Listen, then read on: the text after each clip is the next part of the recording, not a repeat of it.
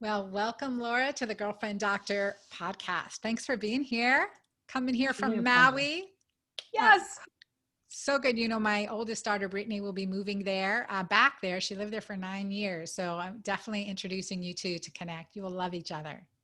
Sounds good. We can go poke around and hang out with sea turtles together. Is that your favorite thing to do? I mean, hanging out with nature, if you don't like it, you really shouldn't live here because this is nature at its finest, and Mm. animals and incredible plant life and flowers and being able to just walk into the jungle and just pluck a beautiful guava right off the tree. Yeah, that's totally my jam. Oh man, yep. You were two peas in a pod. You guys will love each other. So I'm excited for that. So Laura, right behind you, I see your amazing book, The Six Habits. Will you please talk about like what brought you to write The Six Habits? Sure. You know, as a very accomplished woman, myself and yourself, I think you'll probably relate to this and get this. I am an overachiever. I worked my butt off and I was like, you know what? Why retire at like 60 when you can do it at 37? And why, make a little money when you can make a lot? And why do anything small? Right. And what I did is I successfully uh, retired early, made the money, had all the toys, but I kind of had to set myself on fire to do it. I destroyed my health. I basically was at um, the end of my rope mentally, and I was already in the throes of destroying my new marriage to my husband, and my relationships were fracturing, and essentially, I was at such a crossroads in my life where I was wondering, why did I do this? Why did I sell my soul for all this stuff? And like, what is happiness really? And like, where did I go so wrong?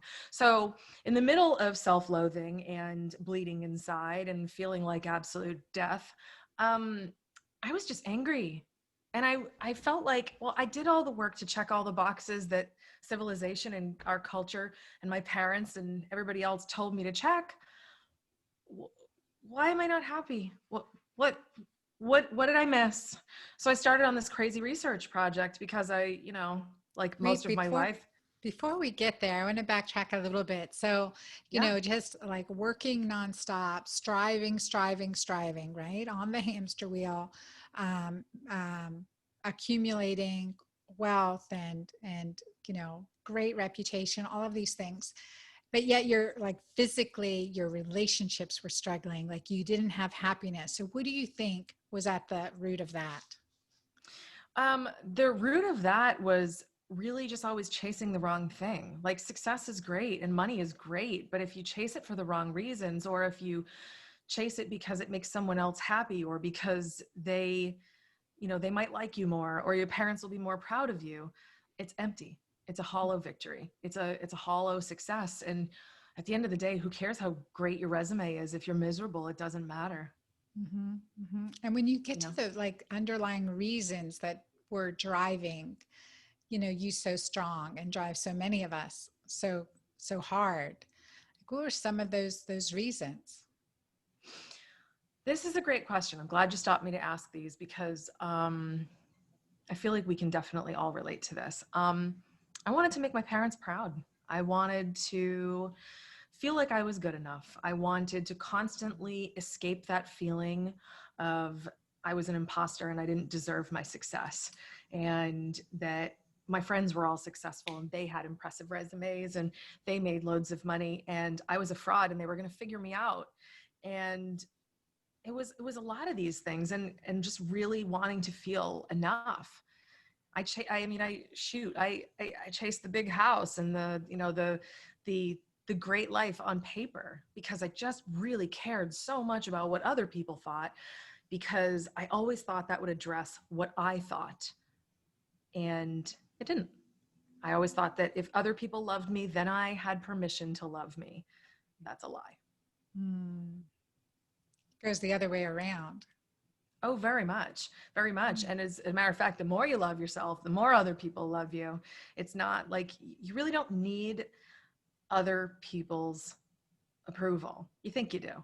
And we're all socialized to do it, particularly as women. We are socialized to be nice and beautiful and well behaved and follow the rules and make sure you shave your legs and be outspoken, but not too outspoken, et cetera, et cetera, et cetera. And when we're constantly living up to these ridiculous standards of what society wants us to be, we're ignoring our own standards and we're totally neglecting ourselves.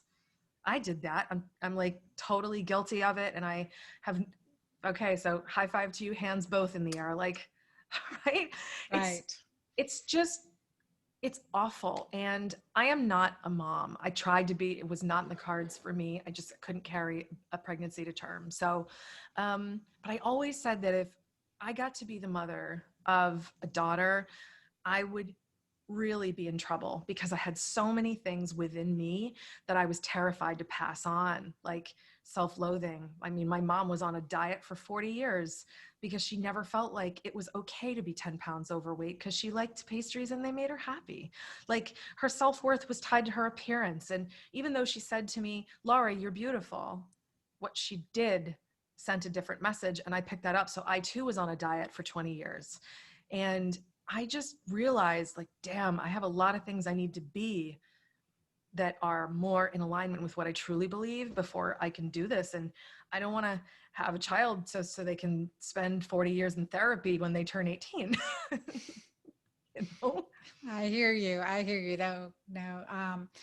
But it's so true. These messages. I had an experience, and I'll share with you. And I haven't shared this before, but I had an experience when I was listening to a pastor, Rochelle. Her name's Pastor Rochelle, and she's out of Mississippi. And I was listening to her talk, and she said, when just listen, stop and listen to your, little child inside you, this inner child, this young girl that's inside you. When was she told something, or what was the message that she received, whether it was real or perceived, right? What was the message she received that has set a belief in an untruth in motion for you? And and that's when I realized, like, as a young girl, I was 10 or 11, and my mom was going back to the Holy Land to see her family, and and so she took my younger brother with her. And I was like, but wait, I love everyone. I've learned, to speak French and to speak Arabic. And, I never voiced this because he was the youngest. And it was more logical that I stay home and take care of dad. And my older brother was there. My cousin came. So we were set. But I think that was the message. Like, I was left behind. Like, maybe I'm not worthy, that I was left behind. And so at that point, I mean, really, like 2 years later, I earned enough to buy my own plane ticket. A few years later, to cross the US. Another, at 16, I earned enough to buy an international ticket to go to the Middle East, and to go to Israel, and Greece. And I think that was the first, like, recognizing that that was just what I received. I made up about it because we could only get, my mom could only afford to take one of us, right? And Mm, so that was, understanding that was really powerful, that is awakening huge. for me. That is, like, to awaken from that untruth and to be able to flourish from it. And so I think that was powerful to hear what really getting in touch with sometimes, well, why do I do this? Why do I strive so hard? And Mhm. and why is this something that I'm so driven to do? And just to listen. I'm still driven to travel around the world. I'm still like, I can't wait. I was just, after that Same. realization, it just made that, oh, okay, yeah, that interesting striving that I had to do, Yeah. that I thought I had to do, that I told myself, Mhm. that I had to do. Well, the reason why you told yourself that stuff, and the reason why I told myself all the things that I told myself about how hard I had to work, what I had to look like, et cetera, it all comes from decisions made with an immature mind that doesn't know how to make good, sound, like objective, unbiased decisions. It's the voice of a child, and a lot of us are actually trapped in the still current existence of the decision that we made as a child. So, you know, I've been doing so much of this work for a long time now, especially since I started like figuring out the book and all the research. But like when we really start digging in, it's like, how much of this decision was made when I was 10 and how much of this is absolute BS and needs to be reevaluated now because I'm 40 and I give myself permission to not be 10 in my head anymore and make decisions as a more educated, self-loving person with full permission. Yeah. Yeah. Yeah. No, that's good self-talk there, Laura. That is some good self-talk. I hear you. And that is just to take that pause, right? And just say, okay, let me check in. 10-year-old self, 54-year-old self here. So what's happening? That's good. It's good talking about this. I think this is good girlfriend conversation. I'm going to have a Well, sip of it's the my stuff tea. that, well, you are my friend, and this is the stuff that I always talk about because this is the stuff that matters. Like, you know, I know we're new friends, but you already know this about me. I don't like shallow, boring conversations. Like, I want to talk about the things that really matter. Like, you know, what are your dreams? What are your hopes? What do you care about? What are you scared about? Like, what's really in your head and your heart? Because that's really who you are. You know, that's the stuff that really matters, not the weather. You know. I like, what do you care about? What are you scared about? I think that's something to write down too. That's homework for everyone on this podcast. What do you care about? What are you scared about? Yeah. And that's like, that brings out the passion, right? Well, it does. And we make so many decisions from a place of passion and fear, but more often than not, it's fear. You know, I pursued success because I grew up very poor. We were on food stamps. My dad was disabled when I was a year old. He slipped a disc in his back. The surgery went wrong. The doctor left a clip in his back. They did a myelogram. He got arachnoiditis. It was a whole big bad thing. And the my father was denied disability because they thought he was making it up for 9 years. So we lived on food stamps and we was poor, really, really poor. Mm. And, they did their best. And my mom always dressed well and she always carried herself with a lot of pride, no matter what. But it was a facade because I could see how broken she was inside. And I pursued wealth and all that stuff because of my fear of not feeling safe. Mm. I knew my parents would love me, but I wanted them to love me more. But the kids in school always picked on me. And, I didn't want people to pick on me. I didn't want to feel rejected. So I always did things that made me successful and that made other people admire me. And so I would earn other people's praise and earn money and whatever. So, through all the things that I've been through, it was so much of my fear and it made it very clear my life is this way because of what I have run from, not because of what I have run toward. And that was the pivotal difference in 2018 when I started doing the research. I stopped running at all. I didn't run toward anything and I didn't run from anything. I just stopped. I listened. I asked questions. And I was astonished with what I saw in myself, kind of horrified, but the horror is good because then we can actually do something with it. And Awareness. then the reframing of everything, that's when we can run toward things. It's totally different. I mean, just having been in sales for so long, I sold marketing services for years, right? I'll be the first one to tell you 95% of people purchase things because they are running from the pain of something else.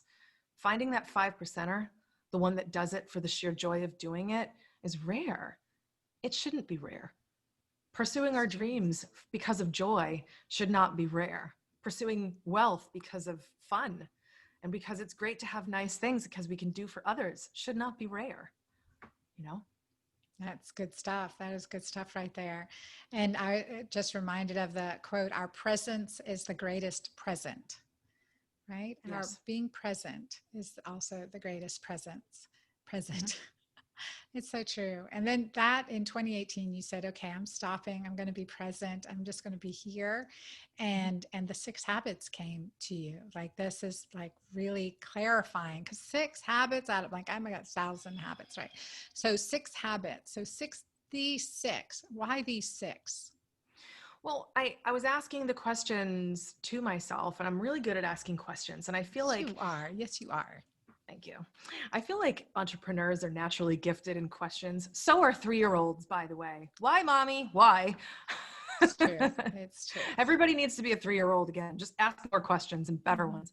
But I was asking, like, well, why this? Why that? What the heck is happiness anyway? You know, what? And this is actually like one of the pivotal points of my upcoming TED Talk. What do the happiest among us have in common? And I wanted to know what the hell I was missing. So I started doing the research and I was like, well, is it wealth? Nope. Is it good looks? Nope. Is it genetics? Nope. These help. They really, really help. And, you know, they're still not responsible for our ultimate happiness. And I was surprised to discover once I started comparing and doing research with people who are genuinely happy down to their soul, like really radiate that kind of happiness, what do they have in common? It's 6 mental habits. They're not physical habits like flossing, although I highly endorse that one. Please floss, it's good for you. Eat your veggies, get your sleep, blah, blah, blah. Those are physical habits that you can see. The types of habits that I talk about in my book are all mental habits that nobody pays attention to.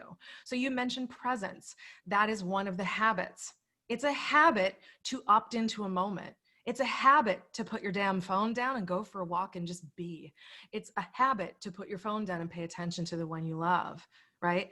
It's also a habit to pick up your phone and mindlessly scroll through Facebook or whatever.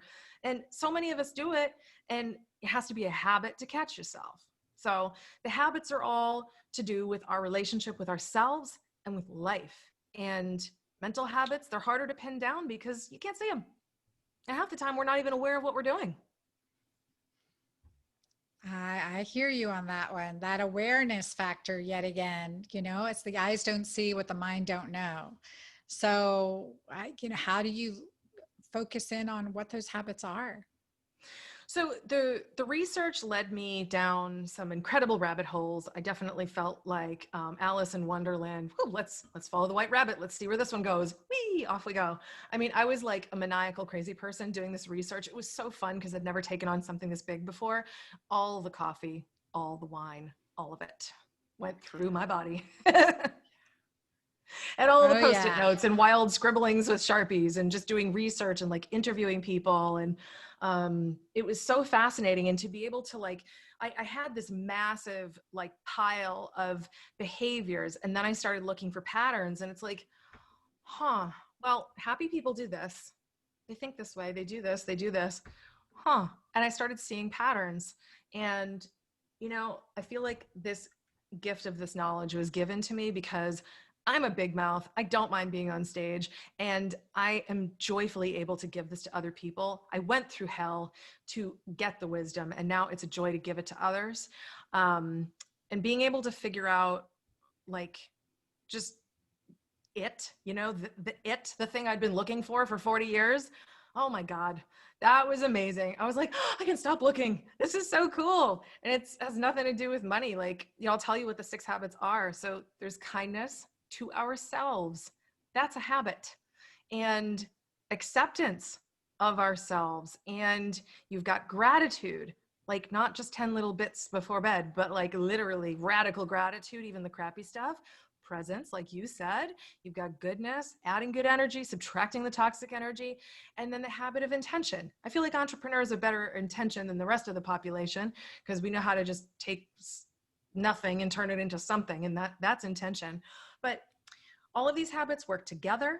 They're all habits of the mind. And it's funny when I first talk about these habits, I guarantee you there's at least one person listening going, oh my God, I already thought of this. Well, duh, really? Then why are you still unhappy? Because if you thought of it, that's one thing, but the other part is applying it. Mm-hmm. And they all seemed so obvious to me when I began the research. The more I've gotten into this, the more I realize, oh yeah, they're pretty straightforward in name, but then when the rubber hits road, oh, that's hard because our self-talk doesn't sound like that. We think it does. So that's crazy. Give us an example of one of them, like, and how, like, you created a habit out of it. Yeah, sure. So, Well, we talked about weight before, and how I always used to look at my mom, always looking in the mirror at herself. She would say mean things, right? So I learned that behavior, and I learned it young. And so I was always on a permanent diet. I had a running narrative on my head that said, you must weigh yourself every day. That's a toxic thought, and that's a negative habit I had. You must weigh under 120 pounds to be beautiful, or a man won't want you.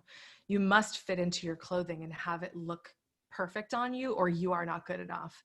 If your suits are tight on you, they will not buy from you because you are not good enough. This is such crap. Okay. None of it is true, by the way. I can't even tell you the millions of dollars I made being overweight and all that other stuff. This was just a terrible like narrative that was running in my head, and I'm the one that installed the program. This is a terrible program. I don't want this. Like, let's wipe the drive and start over. So that is unkindness, what I just described, but the opposite is kindness, and it's so much harder than we think. And what kindness looks like in action is, okay, so I'm 10 pounds overweight. Go buy a bigger skirt. You got a juicy booty. Get moving.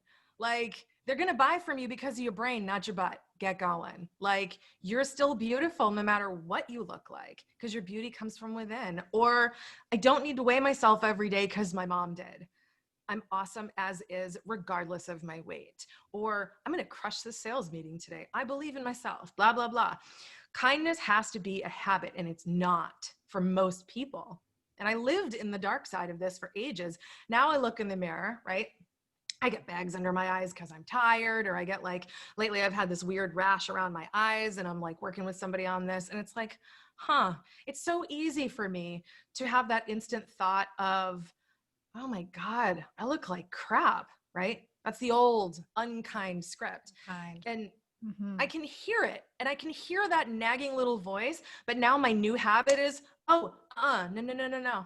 I am still amazing as is. This is an issue. I'm resolving it, and I am still worthy. I am still a beautiful human. I'm great. Also, pipe down, little jerk. Go away. You're not welcome here. I always say, time to get that nasty bitch off your shoulder, right? Yep. Knock them off, Bye. because No room for you. no room for Exactly. you. That's exactly right. And recognizing that, that's powerful, because you can recognize how many negative thoughts, like what does Daniel Amen call them? Ants. Automatic negative thoughts, right? Automatic negative thoughts. And then they're programmed into us, designed maybe initially to keep us safe, but they're destructive in community and destructive for our genuine happiness.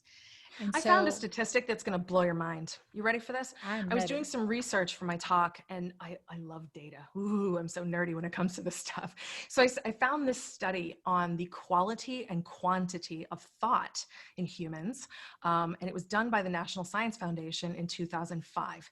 It was determined that on average, humans have up to 60,000 thoughts per day, 80% of which are negative. And 95% of our total thoughts, which is 57,000, are repetitious. What are repetitious thoughts? Mental habits.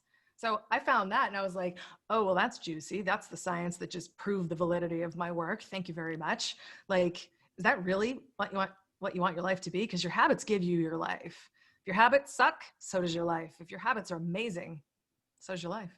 No, that's good. Really comes down to the disciplines and practices that we do on a regular basis. And so Yes. creating that shift. So kindness is really powerful. I mean, that is being kind. It's different than being nice, right? Yes. It is different. They are two different things. And so One I is a think that's nurturing parent. One is a bully. exactly, or manipulative, or untrue, or, placating or uninterested. I mean, that's the nice part. The kind part really is that, it's giving, and being authentic and really caring. So, and Mhm. that sometimes you're kind by being truthful about something that may be hard for the other person to hear, or for yourself to hear, but doing it in a kind way. And there's a line there. It's like, okay, You're so it's a right. challenge. And so, Mhm. how long does it take? Can we just pick up your book, The 6 Habits, and like read them and say, okay, I'm happy? Technically, you could decide to be happy today without even reading the book, but nobody seems to do that.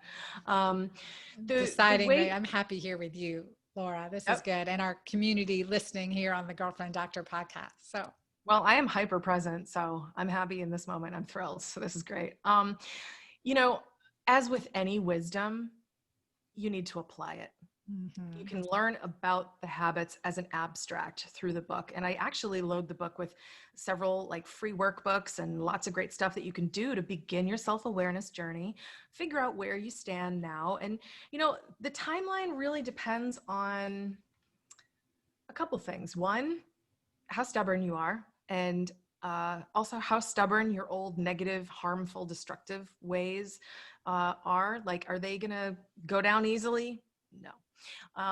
But how bad do you want that happy life? How hard are you willing to fight for it? Are you gonna sit with an exercise that comes free with the book, and if it makes you uncomfortable, you're gonna power through, or you're gonna put it aside because it hurts too much? The people that power through and they're like, no, I deserve joy. I deserve to unpack the crap from the past. I deserve to know why I do this to myself, because I deserve to be liberated of it.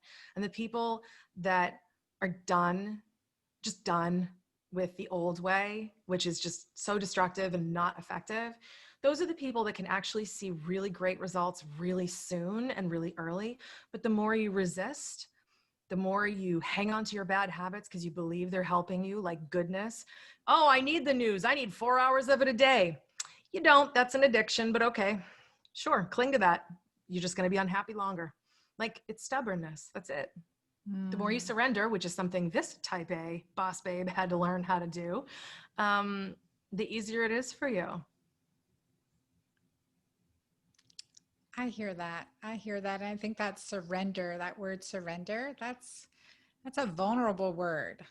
Really is. It can bring up a Yeah. lot of vulnerability, but it's being at that place where you're willing to do the work because it's hard, like to feel, Yes. hear where it came from, and to think, man, I've been living with that thought for how many years, or this habit, and to release it. So, is there an order to the habits? I have to ask because 1 through 6, I'm very linear. I mean, I am also Give me 6 linear. things to do. One. you know, you have to read I them in might not order get because past chapter 1. Habit 1. no, they are actually dependent on each other, but they are not in a specific order. When I work with people one-on-one for coaching stuff, we might decide on a specific order based on that person's individual makeup and their life. So for me, when I was working on my own personal evolution into my highest self, the person I really love, the woman I'm proud to be, I needed to do so much work in the area of acceptance, presence, and goodness. I'd actually already been really good at kindness for years. Gratitude, I needed to get a little bit better. Intention, I'm an entrepreneur. It's like, oh, I want something, I just go out and get it and then make it happen. Because, like, that's just how I'm built. Each of us has our own path, and it really begins with the awareness piece. I would say, if anything, step 1, read the book. Step 2, do the work. And then step 3, figure out what your habits are that you're the weakest in. Because I will tell you right now, each of us, you, me, anyone that's listening, you are already good at some of these habits. They might need tweaking, but you're already good in some of them. And you might even be great at 1 or 2. You need to figure out which one is causing you the most pain. Put out the biggest fire and start there. So the order is not my prescription, it's yours. No, I like that. I like that because just again, tuning in. So list those 6 habits again. Kindness, acceptance, gratitude, presence, goodness, and intention. Hmm, I like that. Goodness reminds me of my one of my favorite, actually my life verse, 2 Peter chapter 1, verses 4 through 11. It's I don't know to quote too much, but this is one that I was reading during my journey and transformation.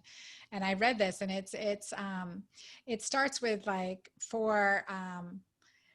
just how we start. So it starts with faith, and to faith add goodness. Like goodness is that like like what is good? Like what is the good things in our life, and even to recognize that. So with our faith, we have to add goodness, and to goodness to add knowledge, and to knowledge to add self-control, and to self-control we add perseverance, and to perseverance we add Christ-likeness, and then Mhm. to Christ-likeness add brotherly love and agape love. And so I think this is like that. I always come back to that because, like, okay, it's I get stuck on that step, like these stages, that perseverance and self-control. I'm like, okay, like I am in this, like how long, And you're stubbornly probably like, do I being in it. gotta? Do I gotta, like, still, it's like, it's not working. Persevere. Can I just go back to my old way of doing things? Persevere. It was so much easier to take the path of least resistance. Yep. Persevere. And then with that, like being good to yourself, right? Being that kindness speak. And I think these are so powerful. I'm so excited to share your book and your work with our audience, Laura. And you've got a great website, and tell our audience how to get a hold of you. And I've got more questions for you, but I want to share your site and share your book with our audience. So Cool. So it's really easy. If you're up for a challenge, you can try to go to lauradbenedetto.com. Most people can't spell it, so I was nice enough to get the6habits.com. The word six is spelled out, THESIX habits.com. You can find me in all my social channels through there. You can buy the book direct from me. I will sign it for you. You can learn about the 90-day habit mastery program. And if you want to work with me one-on-one, that's there too. and it can be anywhere in the world to work with you. We are in the virtual space now. As long as I'm awake, sure. Yeah, I know. 5 hours. You're 5 hours behind me. 4 hours behind me. I'm in Texas now versus when I was East Coast time. So Yeehaw. Hawaii time. Yeah. And for just listeners, you can see direct. You're not going to beat around the bushes with us. Are you just going to placate us? No, actually, that's It's kind not of my your style. reputation. No, I mean that's my reputation is like I'm the friend. I will tell you the dress makes you look fat, but I'm also the friend that will help you pick out a great one and make you feel amazing before you step out the door. The thing is, we are a culture largely that shies away from the truth. I love the truth.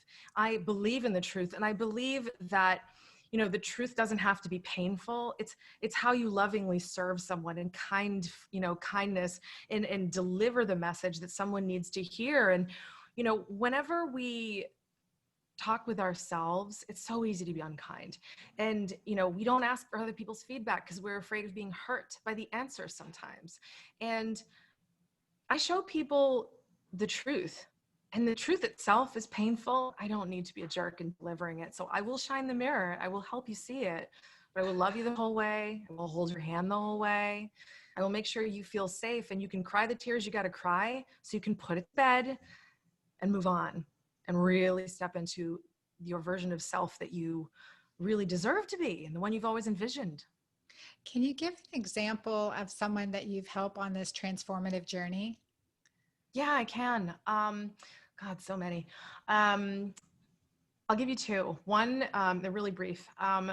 One is a woman that I was working with in Europe, and we finished our work, and she was so surprised along the way to learn how her acceptance and kindness had really kept her from living her dreams. She always wanted to travel. She always wanted to be an entrepreneur, and she wanted to do all these great things, but she always spent so much time like telling herself, oh, well, I hate sales. I can't do this. People won't want to buy from me. I can't travel alone, blah, blah, blah. And she always set up roadblocks for herself. But once we set her free, she did so much amazing work. She started traveling. She set up a second business. She started selling. She faced her fears. It was incredible.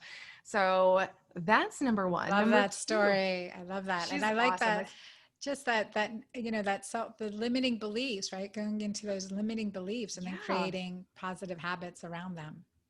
So the other one, oh my God, just another incredible human. She, an entrepreneur. I tend to gravitate and tend to be drawn to a lot of entrepreneurs. And she always thought she was really kind to herself, but she was unable to see how she was massively unkind to herself when it came to business. She would always sabotage. I can't do a retreat. I can't create a multi-million dollar enterprise. I'll only be able to achieve like $100,000 in sales. And she created her own personal glass ceiling. And unfortunately, that had kept her trapped and kept her business very small. And she was frustrated for a long time. And it's amazing, like the amount of like, I guess like almost uncomfortable, awkward, painful silences where I would show her the light. This is what I see based on what you've said. This is where we are. And her just very quietly looking in the mirror, ouch, seeing it, but then really realizing that through ownership, we have liberty. Because then she could change the narrative. You can't change what you refuse to acknowledge. And she was set free, and guess who's off kicking butt and taking names? Love it. I love it. Again, set free. That's really good. Liberated from negative beliefs and negative self-talk, and recreating the positive, the six positive habits, the six habits that we're going to just reach into our souls and start practicing and recognizing. I know this is an excellent resource, Laura, and I know from writing books, right? These are labors of love. These are labors of love. And so that you're putting this forth, and so authentic in your journey, and sharing, and vulnerable in your sharing. It's really Thanks. powerful. It's powerful stuff. So I highly recommend it for everyone listening. Definitely check out the6habits.com, Laura DiBenedetto's work, and taking that next step. Because what's that next step? Leave us with like one directive for today. I think I already wrote myself one. What do you care about? What are you scared about? I love that one. So give us another introspective work task. Sure. Um,